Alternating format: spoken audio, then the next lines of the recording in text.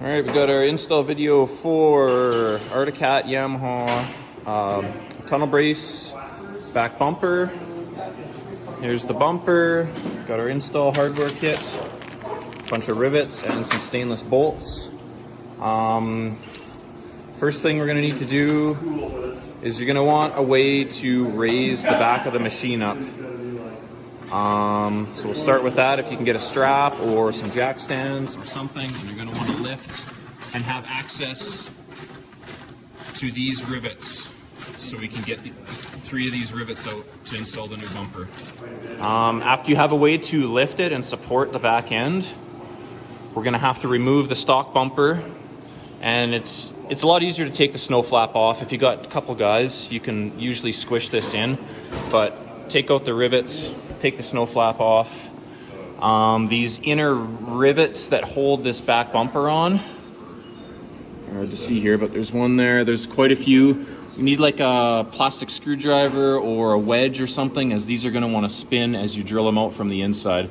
So a way to wedge something in between the tunnel and the bumper, just to keep that rivet head from spinning.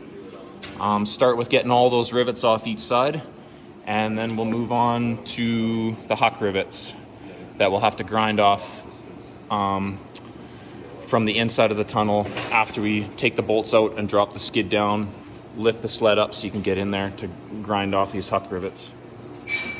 So yeah, you can see we've got this up here. We're grinding off the 4 huck rivets, the back of the heads, and then there's a bolt up front that comes out. Make sure to keep that bolt. We're going to use that on the very back end when we put the new bumper on, to bolt the back part of the bumper on the back section.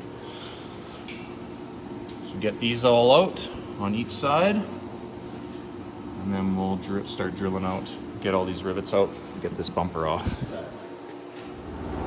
All right, back bumper's off. Drilled all these rivets out from the back side. This triangulated piece that was in here as well, I'm going to take that off. So easiest to grind off the heads on those 3 rivets. You got to take this piece out. It just traps snow anyways, and it actually rivets to the bottom of the stock bumper, so it's no good. And then on this bank up here, we're going to drill out, there's 3 groups of 3. So we recommend taking out the top one in each group of 3, drill the heads out, punch those rivets out, and we're got the snow flap off as well. We're ready to put the back bumper on. We're just going to remove these decals first, just so it doesn't clash with the bumper, and we'll start with the bumper install. All right, we're ready for the bumper install now. So in the hardware kit, there's going to be 10 stainless bolts and 10 nylock nuts, so 5 for each side. We're going to use one of them. We're going to slide in the back bumper up and underneath, which is why this triangulated piece has to be removed. We're going to put the bumper up, and then the stock front bumper hole, we're going to use a new bolt, and it's going to be a bank of 5 here because there was the 4 huck rivets. We're going to use the same 5 bolts here from the inside out, but this stock front bumper hole is going to be our aligning hole. So we're going to slide the bumper in, get this bolt in, put a nut on there loosely on each side, and then we'll go to the next step. All right, the bumper's slid in there. We've got our front aligning bolt from the inside out, just with the nut loosely on there. It's not tight yet. And then we've lined it up. I can tell this is pushed out right now. Let's line it up, you know, nice and flush. We've got some wood clamps just to hold it. And the next thing we're going to do is we're going to come back and we're going to use this back rivet hole. We're going to drill that out for 1/4 inch from the back side, and we're going to use that factory front bolt that came off the stock front bumper, or stock back bumper, and we're going to bolt that from the outside in with a nut on the inside. All right, back bolts are in. The stock bolt that came out of the stock bumper goes back here. Nut on the inside, just loose again for now. And then we're going to go to the front And we're gonna start by drilling from the inside up front of the bank of 3 of 3. And we're gonna drill, pop that rivet, drill, pop that rivet, drill, pop that rivet. And then we're gonna drill, these are all 3/16, all the rivets are 3/16, so you need a 3/16 bit for those. And then this bank of 4 huck rivets, these are gonna be 1/4 inch. So we'll drill from the backside again and bolt, and we can tighten all these up as we go.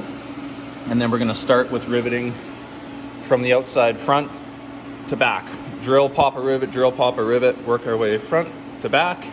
And then we can finish very last with tightening this up, just so nothing binds up in case it pushes itself back a little bit. When we're putting in rivets, we're gonna want to line everything up with the truss work on the top. So just go center, center, on the corner, again on the truss work. And then on the back side, for these, we can drill from the back side through one of our existing holes, kind of whatever lines up. So I can feel right here, there's a rivet that will line up, so we can drill, that'll be a nice spot. Same thing, there's another hole right here, so that's in a good spot. And plug all the rivets in there, and we'll be ready to drop, get the skid back up in place, and we'll be all done. Alright, here it is all installed. 3 rivets up there, bank of 5 bolts, inside out with the nylocks on the outside, riveted all the way back with the stock front bolt at the back. And usually we recommend just taking the snow flap off, because there's not really a whole lot of support because it's nothing to mount to back here, but we just put this one back on here for this machine.